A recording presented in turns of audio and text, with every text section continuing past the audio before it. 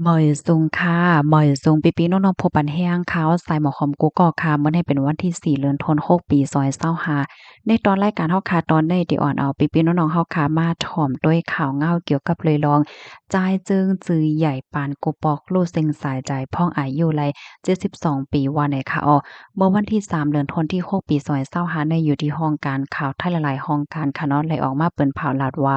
จ่ายจึงจือใหญ่อันมีชื่อว่าเอไพโรจน์ สังวริบทอันเป็นจ้ายเจิ้งจือใหญ่เมอปานกุปอกเมอพ่องปีพุทธศักราช2516ต่อถึง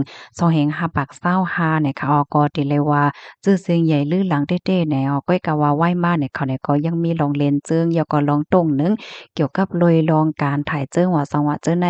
มาเฮ็ดเนี่ยค่ะเขานี่ก็เลยรู้เซ็งสาใจกว่าเมื่อวันที่3เดือนธันวาคมปี2025ข้าวยามกลางในเจ้า3โมงตีเจดอน นครราชสีมาพองอายุไหล72ปีในคาลงตั้งดีอันเฮ็ดให้รู้สึกสายใจกว่าได้ก็บ่อยากเขาว่าเป็นย้อนเพราะว่าตั้งเป็นโหดใจน่ะเนาะเป็นช่อกให้ก็ลืมโตค่ะเป็นสำว่าฝ่ายจอยเทียมเพฝ่ายมอยาเขาคัดใจจอยอยู่ว่าในเสตาก็จอยไลนั่นน่ะเนาะก็รู้สึกสายใจผัดยานเมืองก้นกว่าว่าเฮ็ดจังไหนค่ะเมื่อแต่มันได้แต่ขนาเมื่อพ้องโหคำนั่นใน เขาเนี่ยก็ยังตึกก่อยกินข้าวจ้อมโอ้ยก็โอ้ยเสติเสียงตั้งกินตีหนึ่งอันมีไว้ดีในเจเวงเมืองเจตอนนครราชสีมาค่ะว่าให้กินข้าวเหย้าหยาเหย้าค่ะเนาะฮอดถึงหมอกเต็งขึ้นใจาย1โมงปลายเจ้าไหนๆเขาก็ผัดเพกันสิปอกเฮินปอกเย่ปอกดีอยู่ด้านเศร้าหังไผ่มันค่ะเมื่อพ้องนั้นก็เลยเข้าลือดีคงลือเศร้าอันมีไว้ดีในเมืองโคราชค่ะเมื่อพ้องนั้นอยู่ๆเนี่ยก็ซ้ำเป็นเหมือนจังหนังว่าหน้าอกกับว่าสังว่าจังไหน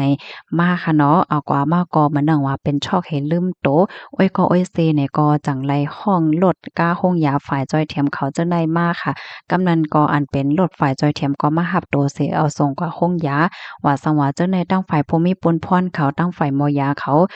ก็คัดใจจ้อยเทียมเขาเนาะเหมือนจังว่าปั๊มหัวใจ5สังสิง5เฮ็ดจังไหนคะก้อยกาว่า เลื่อนสุดไหนมันจ่ายเนี่ยก็ไหลรูดเซ็งสายใจกว่าว่าหนังในค่ะค่ะเนาะเพราะว่ามาด้วยเกี่ยวกับโรยลองเกิดแก่เจ็บเฒ่าเป็นตายโพดไหลตั้งนากองกอมหันวันตายโพอันหวานนั่นน่ะค่ะเนาะพี่น้องเฮาค่ะก็เป็นอันข้อคมมองใจจ้อมค่ะนะกำในเฮาค่ะมาด้วยค่ะนะเส้นตั้งเกี่ยวกับไปลองเปิ้นแก็บมันจ่าอีกหนึ่งไหนค่ะมันจ่าได้แต่ก็มีชื่อว่าไพโรจน์ สังวริบทน่ะค่ะจื้อใต้ในว่าหือพี่น้องค่ะจองยำต้วยจึงเขาค่าหืออำนั้นก็จื้อเล่นได้ก็ที่ห้องว่าเอเนี่ยค่ะเกิดเมื่อวันที่18เดือนธันวาคมที่5ปีพุทธศักราช2เฮง4ปา96ค่ะเมื่อเลียวก็อายุและ72นั่นน่ะเนาะเกิดดีเจเว้งศรีสวัสดิ์เจดอนกาญจนบุรีค่ะใหญ่บ้านในแก่นาหอต่อเฮิรนตีอันเฮ็ดและตรงหนึ่งเกี่ยวเลยลองการไปม่วนมา อยู่ยาวเฮ็ดจั่งใดคะค่ะเฮ็ดอันนี้ให้เขาเนี่ยก็มีลองตรงหนึ่งมาปะยอก็ย่างเข้าจู้ในตรงวงปลายม่อนมาจะเหมือนเหล็กจะเหมือนหนุ่มหันนั้นค่ะน่ะเนาะต่อบ่ถึงต่อบ่ถึงย่ามเดียวเนี่ยก็มีลองตรงหนึ่งว่าสังว่าจั่งไหนมาเฮ็ดไหนคะ